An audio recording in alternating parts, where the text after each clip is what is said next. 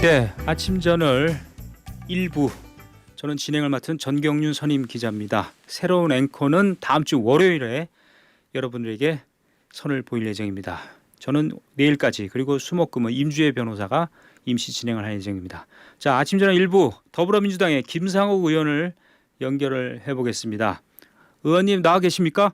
네, 반갑습니다. 좋은 아침입니다. 예. 근데 이재명 대통령이 당선이 됐고 네네. 79.4% 투표율 그리고 네. 김문수 후보도 1,400만 표 41%.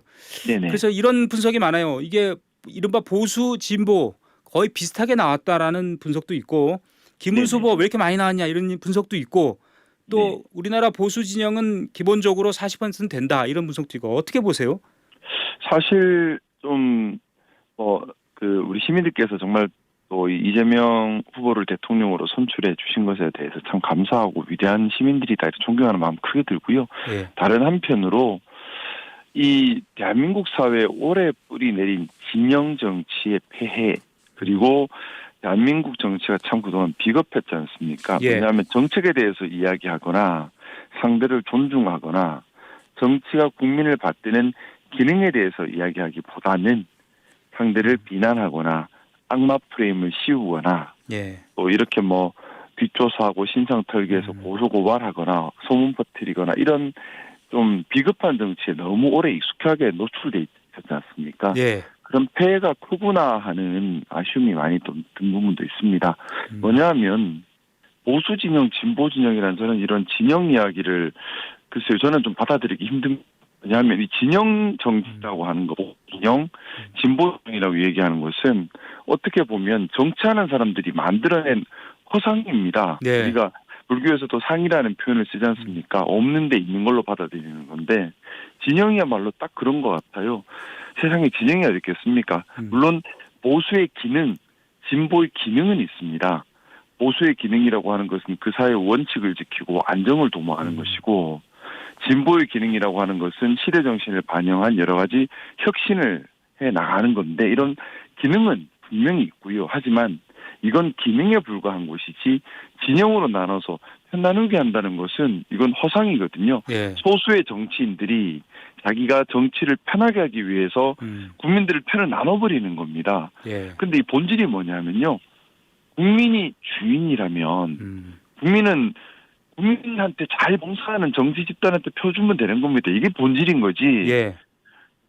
소수의 정치인들이 편을 나눠서 싸운다고 해서 국민들까지 거기에 편성할 필요가 하나도 없는 거예요. 국민의힘이 보수의 기능, 즉 사회의 원칙을 지키는 기능도 무시했고 민주주의를 지키는 기능도 무시했고 사회의 안정과 통합을 지키는 기능도 무시했기 때문에 보수 진영이라고 참칭은 하지만 보수의 기능은 전혀 수행하지 않는 상태였습니다. 예. 저는 우리 위대한 시민들께서 또 이걸 경험 삼아 더 높은 정치적 판단 기준을 세워가실지라 믿고 있습니다. 예. 지금 이제 친윤 얘기 많이 말씀하셨는데 네. 언론에 잘 보이지 않는 이른바 찐윤 의원들이 배후에 있다 이런 얘기들도 있어요. 국민의힘 내부는 모르겠습니다. 제가 좀 국민의힘에 있다 나왔으면서 국민의힘에 대해서 비판하는 거는 좀 저도 역시도 부끄러운 부분이긴 하지만 좀 저는 나아졌으면 지금 이 모습은 아니다. 개선됐으면 하는 간절한 그런 바람에서 말씀을 올린다면 예. 국민의힘 내부는 보수의 모습이 일단 없습니다. 보수의 가치 이런 것이 전혀 없어요. 그런 것 없이 가치라고 말씀드렸던 것처럼 사회 원칙을 지키고 또 사회 통합과 안정을 위하고 품위 있고 포용력 있는 정치의 모습을 보이는 건데 그런 모습을 국민의힘에서는 찾을 수 없었고요. 예. 도리어 이제 기득권을 지키기 위한 오로지 기득권이라고 하는 것이 국회의원들이 국민의힘 국회의원들은 특징이 각 지역구의 왕처럼 이렇게 군림하고 있는 경향들이 많은데 네. 그런 기득권을 지켜서 국회의원 한 번 더 하고 본인의 정치적 영향력을 좀 더 지키고 이게 많이 집중을 하는 것 같아요. 예. 그러다 보니까 아무래도 중앙에서 나란 일 잘하는 게 중요한 게 아니라 각 자기 지역구에서 왕으로 잘 지키는 게 더 중요하고 그래서 중앙에서 어떤 활발한 나란 일을 위한 활동을 하는 것보다는 자기 지역구에서 시민들한테 얼굴 한 번 더 비치고 행사 한 번 더 나가고 그리고 뭐 오로지 거기에만 집중하고 본인들끼리 똘똘 뭉쳐서 그냥 표로서 예. 그러니까 당내표죠. 국민의힘 안에서 제일 주류로서 공천권을 잃지 않는 데만 집중하는 철저하게 자기 자신을 위한 정치를 하는 그런 모습을 보이는 사람들이 좀 주류로 있다. 이분들은 그래서 언론에 노출되는 것도 그렇게 좋아하지 않는 것 같거든요. 그리고 우리가 많이 알고 있는 뭐 윤모 의원님, 나모 의원님 이런 분들은 보면 그렇게 국민의힘 안에서 세력이 있거나 본인이 따르는 계파가 있거나 하지도 않아요. 어떻게 보면 제가 뭐 언더찐윤이라는 표현을 썼었는데 이분들의 간택을 받은 거죠.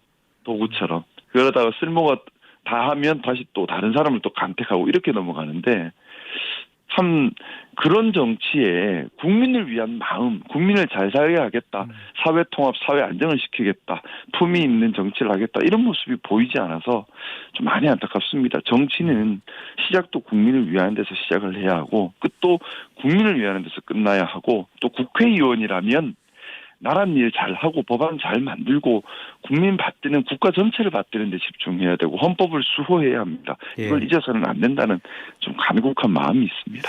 그렇다면은 국민의힘 내부에서 김상호 의원처럼 몹시 괴로워하다가 추가 이탈하는 경우가 있을 수 있습니까? 그럼? 뭐 좀 고민하고 괴로워하는 분들은 여럿 있다고 저도 생각하고 있고요. 다만 추가 이탈은 없지 않겠나 싶습니다. 왜냐하면 추가 이탈이나 분당도 뭔가 동력 에너지가 있어야 가능합니다. 근데 제가 겪어왔던 국민의힘에 물론 정의로움을 가진 분들도 계시고 용기를 가진 분들도 분명히 계십니다. 하지만 그분들은 경우에 따라 뭐 비례의원이라는 한계에 머물러서 스스로 나올 수 없는 분들도 계시고요. 또 지역구 의원들 같은 경우는 사실은 우리가 너무나 목도했지 않습니까? 군인들이 시민들에게 총을 겨누고 독재를 시도했습니다. 그리고 경제를 파탄내고 나란 일을 하기보다는 자기 기득권 수호에만 나서고 말도 안 되는 음모론을 퍼뜨리고 사회 갈등을 이야기할 때에 용기 있게 나서는 국회의원 최소한의 의무잖아요. 국회의원은 헌법 수호 선서를 한 사람들입니다. 헌법 수호 선서를 해서 헌법을 지켜야 될 의무 있는 자들인데도 불구하고 나서지를 않았어요. 도리어 주류의 눈치를 보고 본인 안 인사피기에 바빴는데 그 시간이 6개월이었습니다. 그런데 지금 와서 뭐 탈당을 한다, 분당을 한다. 제가 볼 때는 지금 국민의힘 원내에는 그런 에너지가 남아있지 않다고 보고 있습니다. 네. 그러면 김용태 비대위원장이 뭐 어제 개혁안을 좀 내놨는데 이게 쉽지가 않겠군요. 그러면 의원님 얘기대로라면. 저는 쉽지 않을 거라 생각합니다. 왜냐하면 뭐 지금 국민님 주류로 되어 있는 이름이 알려져 있지 않는 똘똘 뭉쳐 있는 그 집단에서는 가장 싫어하는 게 당내 쇄신에 대한 이야기입니다. 왜냐하면 본인들이 쇄신의 대상이 될 수 있잖아요. 그렇기 때문에 어떻게든 당권을 잡고 다음에 공천받는 것을 가장 중요하게 생각해요. 또 이번에 대선에서 입증을 했습니다. 자기 지역구는 공천만 받으면 자기가 또 돼. 내 지역구는 내가 완전히 장악하고 있어라는 자기 확신을 한 번 더 가졌거든요. 그러면 절대 당권을 뺏기지 않기 위한 모든 노력을 다 할 겁니다. 근데 여기가 주류예요. 주류고 수도 제일 많습니다. 그런 상태에서 뭐 전당대회든 뭐든 하려면 원내에서 의결이 나와야 할 텐데 이분들이 동의하지 않겠죠. 협조가 안 될 겁니다. 그래서 당의 쇄신이 상당히 어려울 것이라는 생각이 들고 뭐 한동훈계도 마찬가지로 90명이 강하다고 볼 수는 없고요. 또 한동훈계 의원들은 수도 적은 데다가 소위 말하는 전투력이 그렇게 높지도 않아요. 대부분 또 비례 의원들이 많고요. 그러다 보니까 뭐 상대적으로 뭔가 바꿔낼 수 있는 동력이 또 약하고 김문수 후보 계열도 원내 의원들이 거의 없지 않습니까? 또 김문수 후보는 이 주류 이제 언더찐윤들과 손을 잡으려고 애를 쓰겠지만 이 언더찐윤 계열에서는 또 원칙을 많이 강조하는 사람들을 별로 반기는 분위기는 아니에요. 그러다 보니까 아마 뭐 제3의 길을 찾으려고 하고 김용태 비대위원장은 자기대로 이제 책임감에 이걸 뭔가 해결하려고 할 텐데 참 쉽지는 않을 거라는 생각이 듭니다. 지금 많은 분들이 김문수 후보도 당권의 뜻을 두고 있고 한동훈 전 대표도 마찬가지이기 때문에 김문수 대 한동훈이다 이렇게 얘기하는 분들도 있어요. 저는 그렇게 되지는 않을 것 같고요. 아, 그렇습니까? 각각 따로 움직일 것 같은데 계산이 좀 복잡할 겁니다. 뭐냐 하면 한동훈계는 뭐 전당대회나 전당대회를 열지는 않더라도 전당대회를 열어라 쇄신이 필요하다라고 압박하는 것만으로도 충분히 정치적 이익을 얻을 수 있는 거니까 그 얘기를 할 네. 것이고요. 근데 막상 전당대회가 열린다면 나올지 안 나올지 저는 그 부분은 뭐 의문이라는 생각도 들기도 해요. 왜냐하면 예, 예. 이번 전당대회 열어서 대표가 선출된다면 당장 지방선거 공천을 하고 지방선거에 책임을 져야 합니다. 그러면 달리 말하면 지방선거 결과가 나빠져 버리면 그 정치적 책임 때문에 뭐 막상 정말 총선에서 공천권을 잃어버릴 수가 있거든요. 예. 그런 우려가 있을 수 있을 거라는 생각이 들고 반면에 이 소위 말하는 이 찐윤 그룹 옛날 국민의힘의 당내 주류 그룹에서는 지방선거 공천권 또 본인들의 총선 공천권 다 연장선상이고 하나도 놓치면 안 된다라는 생각을 강하게 할 겁니다. 그러면은 전당대회를 통해서 자칫 본인들이 대표가 나와서 지방선거에 대한 주도권을 잃어버릴까 전전긍긍할 것이기 때문에 전당대회 자체에 대해서는 좀 조심스럽게 접근하지 않을까 하는 생각이고 김문수 후보 쪽은 어쨌든 수 자체가 작습니다. 김문수 후보는 당연히 이제 그 국민의힘 주류와 손을 잡으려고 애를 쓰겠지만 국민의힘 주류 쪽에서 김문수 후보의 손을 잡으려고 할지 그건 좀 의문이고요. 그러면 결국에는 세 주체가 따로따로 움직이는 면에서 경쟁하는 형태가 되지 않을까라는 생각인데 뭐 저 짧은 생각으로는 최종 승자는 결국에는 쇄신을 하지 못하고 국민의힘의 이제 찐윤 그룹들이 여전히 주도권을 잡으면서 한동훈계나 김문수계보다는 국민의힘 구주류 계열이 쇄신을 막고 자신들의 기득권을 지키지 않을까라고 예상하고 있습니다. 예, 예, 알겠습니다. 자, 이재명 대통령이 이제 취임 2주차인데 그 정부 조직 구성 인선을 네. 하고 있습니다만 어제 그 수석급 인사를 했는데 오광수 민정수석이 특수부 검사 출신이라 일부에서는 그 문재인 당시 대통령도 윤석열 검찰총장 임명하면서 결국엔 검찰개혁 실패했다.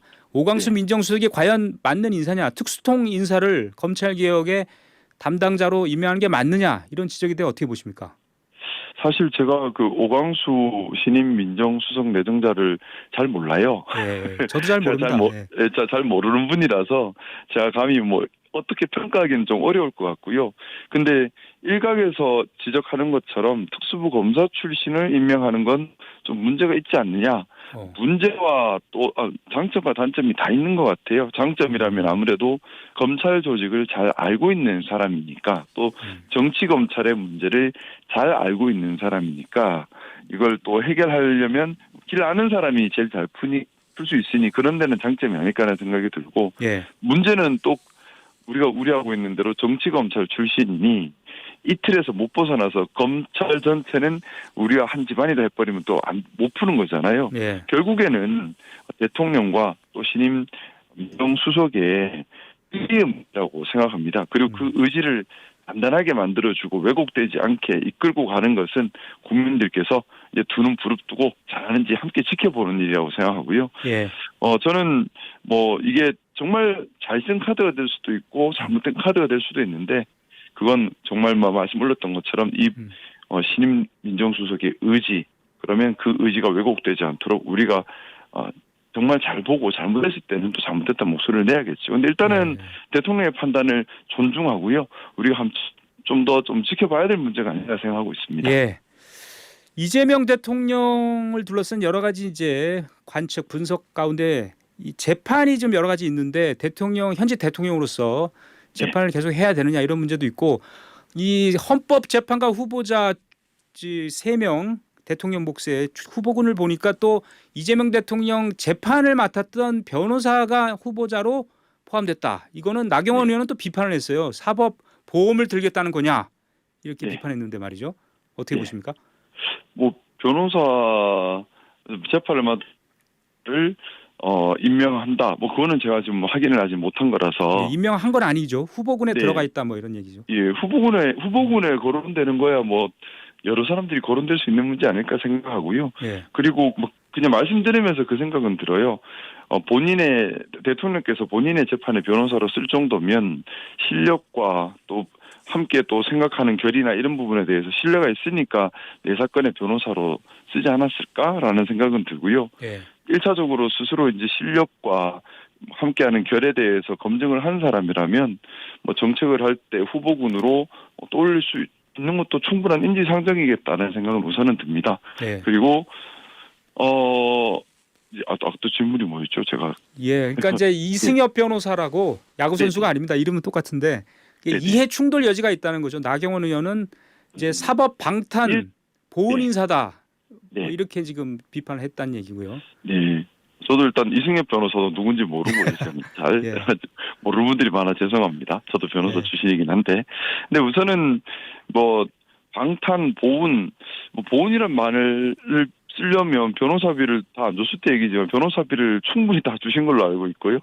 어떻게 보면 뭐 변호사들 입장에서는 돈 받고 자기를 열심히 하고 있는 거죠. 그걸로 이미 서로 간에 뭐 객관적 관계는 끝난 건데, 뭐 그 과정에서 신뢰를 얻었거나 능력을 인정했거나 한다면 거기에 맞는 기회를 제공하는 것도 뭐 나쁘다고 볼 수는 없는 것 같아요. 검증된 사람을 쓰겠다는 생각의 연장선상일 수 있으니까. 그리고 또 지금 뭐 방탄에 대한 얘기를 많이 하는데 우리 뭐 헌법 84조 해석에 관해서 뭐 저도 예전에 그 국민의힘에 있을 때 간담회, 헌법 84조 관련된 간담회가 그때 예전에 있었었어요. 그때 교수님들 모시고 관련된 얘기 나눴었는데 그때 오셨던 교수님도 또 저도 이게 헌법 해석상으로는 소추라고 하는 것은 공소제기와 공소유지라는 개념이 다 포함되는 개념이라서 재판을 더 하는 것은 현실적으로 불가능하다 법 해석상이라는 의견을 간담회 때 국민의힘 간담회 때 얘기했었던 게 기억이 나는데 알겠습니다. 사실은 그게 다수적 견해이기 때문에 뭐 그게 방탄의 문제다. 지금 헌법 판단의 문제가 아닐까 싶어요. 알겠습니다. 그리고 지금 대통령께서 지금 풀어가야 할 민생의 어려움이 훨씬 더 급하고 중요하다고 생각합니다. 네, 오늘 여기까지 듣겠습니다. 오늘 대단히 고맙습니다. 네, 감사합니다. 민주당의 김상욱 의원이었습니다.